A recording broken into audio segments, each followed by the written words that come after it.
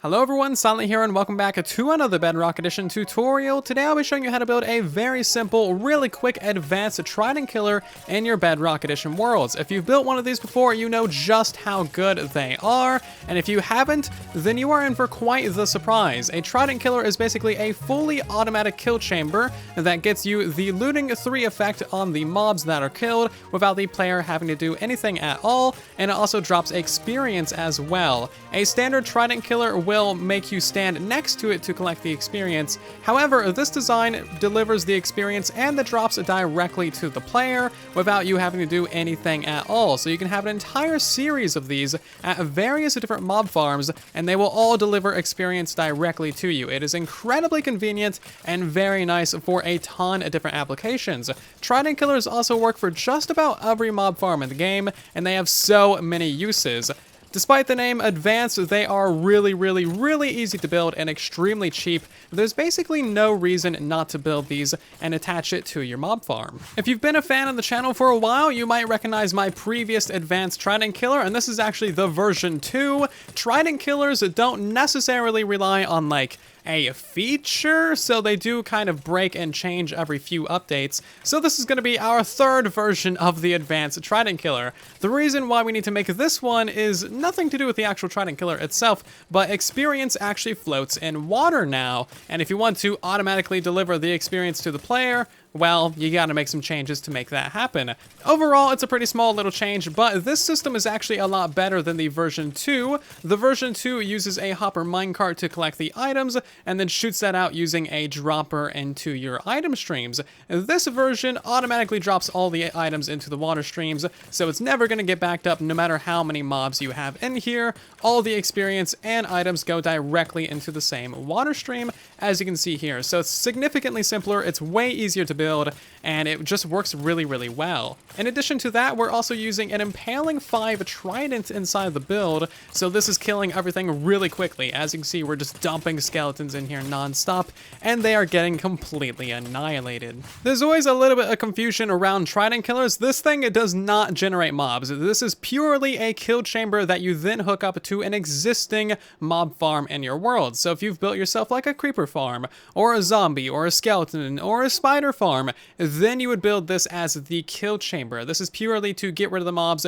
give you the looting 3 effect, and give you the experience. This doesn't have anything to do with spawning them. So this Trident killer works for just about every mob in the game. I'll talk about the 3 main mobs that it doesn't work on a little bit later, but to demonstrate this, we got ourselves some drowned. Nothing too interesting there. Villagers, of course, because that's the only way for them to understand the pain that they have caused us. We also got spooters. Just completely destroy spooters. Like, they're just dead. Look at that. They're all dead instantly.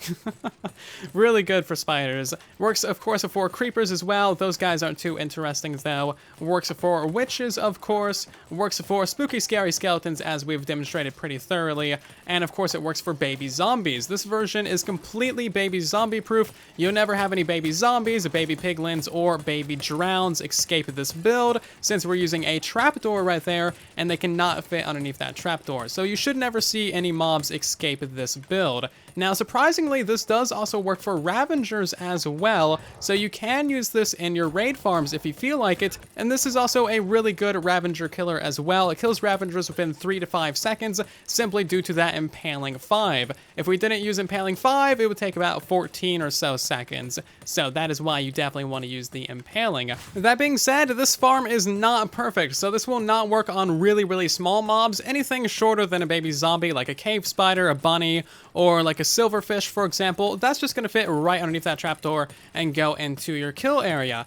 Honestly, the only thing that you would want to use a Trident killer on out of the really short mobs is cave spiders, but those only come from cave spider spawners. If you have like a multi-spawner, you should really be sending all of your cave spiders into one main kill chamber anyway, so therefore you don't even need XP delivery, since you have to stand near the spawners to activate them anyway. You stand near the spawners, all the spawners go to a single kill chamber, you pick up the experience through the wall. You don't need an advanced Trident killer for cave spider spawners. As for guardians, this doesn't really work that well either, because they just bounce around and they just don't get hit that often. But you shouldn't be using this for Guardians anyway. Guardians need 1 Trident killer per spawning spot of the Ocean Monument, so bleh, don't use this for Guardians either. Finally, does not work for Endermen. Endermen cannot be hit by projectiles, and they will just teleport away, and also the water will make them teleport as well, so you can't use it for Endermen either.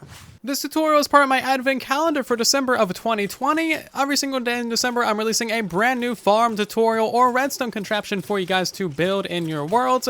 If you're enjoying this video or the series thus far, then of course help support the channel by leaving a like or possibly sharing around the video with your friends so that they can enjoy it too. Also, if you're new here and you want to see a lot more tutorials like this in the future, then of course consider subscribing so you don't miss any. Let's quickly go over the mechanics of how a Trident killer works in case you are not familiar, and even if you are familiar, there's actually some new mechanics in the 1.16 updates that you should be aware of, so stay tuned otherwise.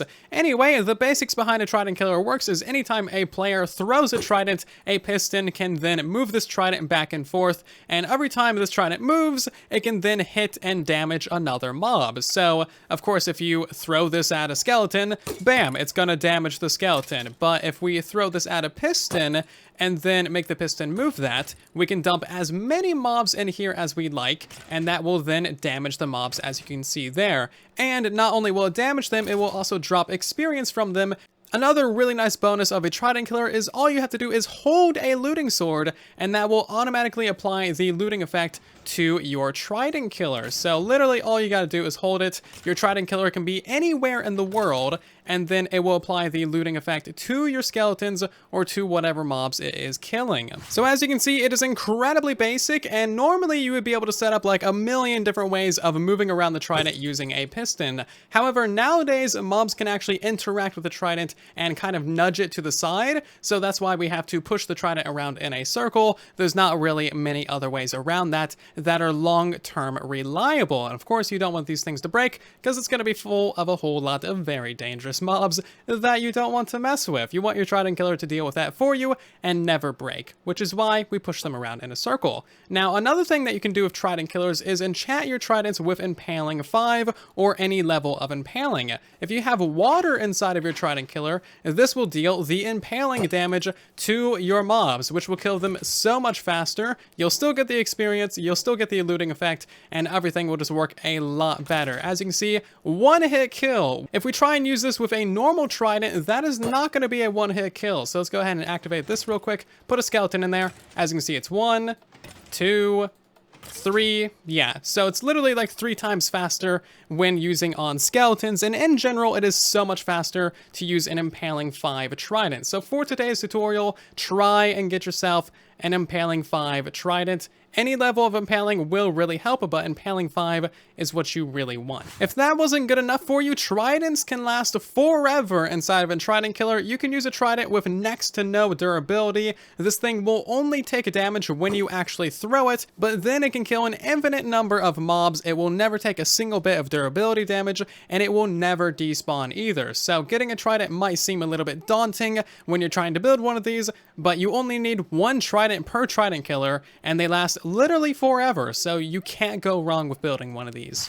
And another new feature that was added to projectiles in 1.16 is the ability for projectiles to drop armor and equipment and weapons from various mobs in the game. This of course makes it so that we get more loot from our Trident killers because all the mobs that are wearing armor or holding weapons can of course now drop that armor from the Trident killer. As you can see, we got the helmet and we got the belt from that skeleton. Did I mention that you can use a channeling Trident? No? Well, you can, and it is definitely the best sight in all of Minecraft.